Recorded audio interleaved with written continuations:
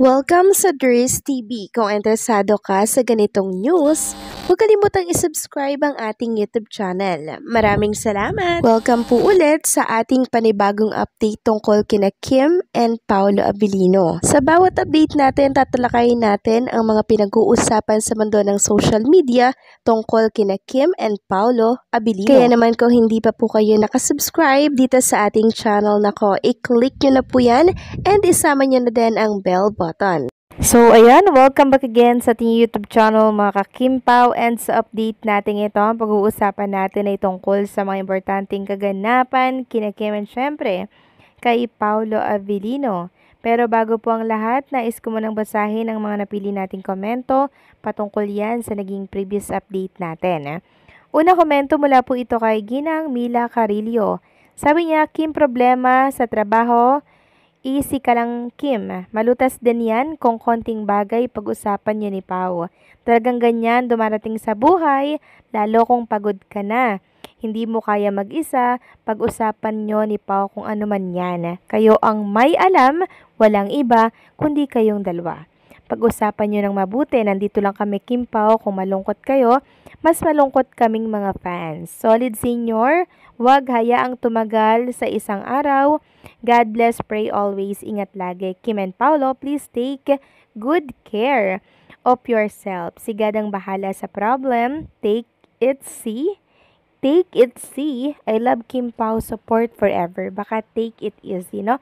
So maraming salamat po sa komento, Gilang Mila Carillo. Tama po kayo, malulutas din po ang problemang dinadala or pinapasaan po ni Chinita Princess ngayon. Kasi ramdam talaga nating mga fans na may problema po talaga siya mga ka-Kimpaw. Base po yan sa video na binahagi niya po sa kanyang Instagram account kahapon. Samahan pa po ng caption na kung saan talagang mas pinakita niya talaga na meron siyang pasaanin po na problema.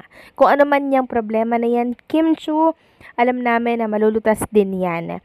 Tigil, hinga, kalma ka lang, at lilipas din ang mga problemang yan. At syempre, hindi hahayaan ng nasa itaas na mag-suffer ka ng ganyan, okay? At ang pangalawang komento naman natin ay mula po kay Ginang Norma Dayag. Sabi niya po, Dries TV, yes, Dries di kami mapalagay kasi unfollow din siya ni Ate Lakam. Kaya Kim, refresh your mind. Kaya after the alibay, magbakasyon muna kayo ni Pao if ever true na di kayo kasali sa ASAP Vancouver, Canada.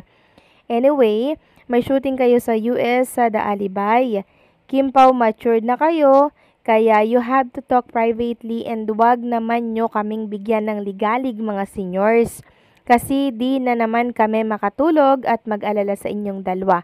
God bless you both, TY Dries. At least we are cleared, mga seniors. Maraming salamat po sa komento, Ginang Norma Dayag, no?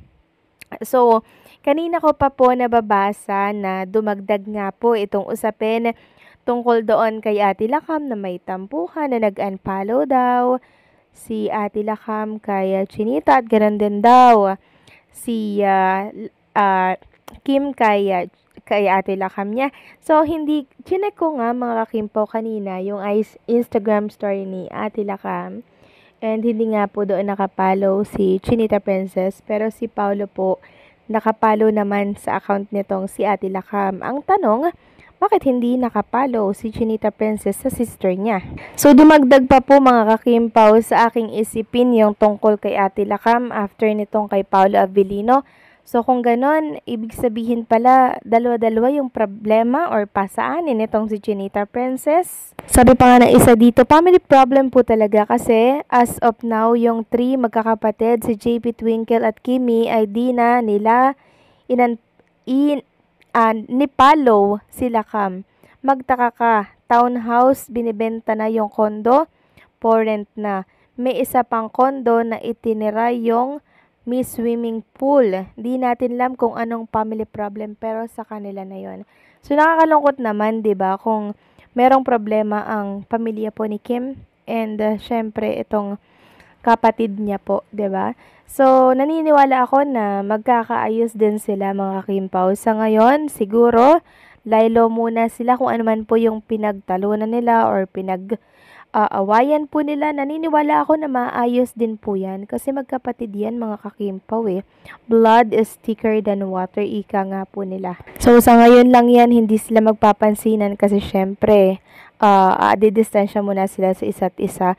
So, kung yun yung pinoproblema po ni Kim Chu, sana po matapos na yung problemang yan, mga Kakimpaw, kasi hindi tayo sanay na meron pong pinapasaan si Kim Chu na problema. Hindi tayo sanay na si Kim Chu malungkot po, 'di ba? Tapos, maging si Paolo Avellino, bihira lang silang magkibuan. Pero at least magkasama naman po sila lagi mga Kakimpaw. Kung ganon, ang dami palang problema ni Chinita Princess. And ipag-pray natin mga Kakimpaw na mapagtagumpayan niya po ito. Dahil alam naman natin na sobrang nalulungkot tayo pag ganito po yung mga balitang natatanggap natin sa araw-araw, 'di ba? Sana bukas good vibes na po yung mga pag-usapan natin. Sana good vibes na po yung mga lumabas sa mundo ng social media.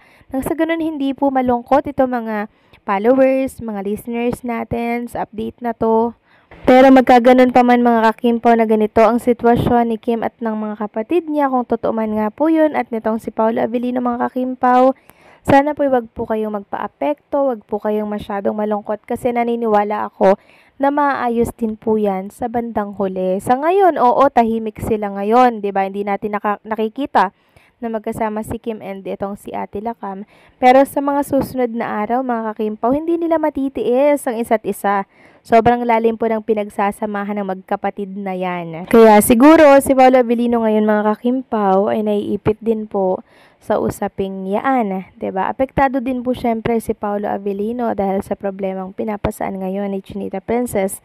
Kaya pinipili po ni Kim na mapag-isa, 'di ba? Huminga, pumunta kay Twinkle, magsumbong doon.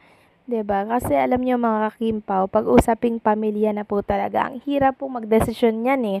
Maging si Paolo Avellino, siguro nakikinig lang yan kasi ayaw niya pong makialam pag usaping family problem na. 'Di ba? Iba po kasi yun mga Kakimpaw eh.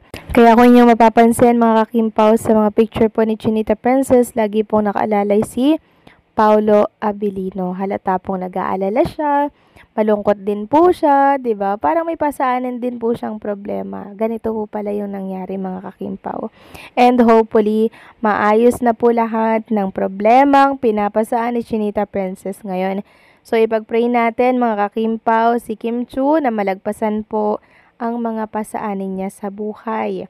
Ipag-pray din natin na sana po ay bigyan ng kagaanan po si Kim Chu sa mga pinapasaan niya ngayon. Pray natin mga Kakimpaw, okay? So paano mga Kakimpaw, hanggang dito na lamang po ang update natin. Maraming salamat po sa patuloy na pag-suporta.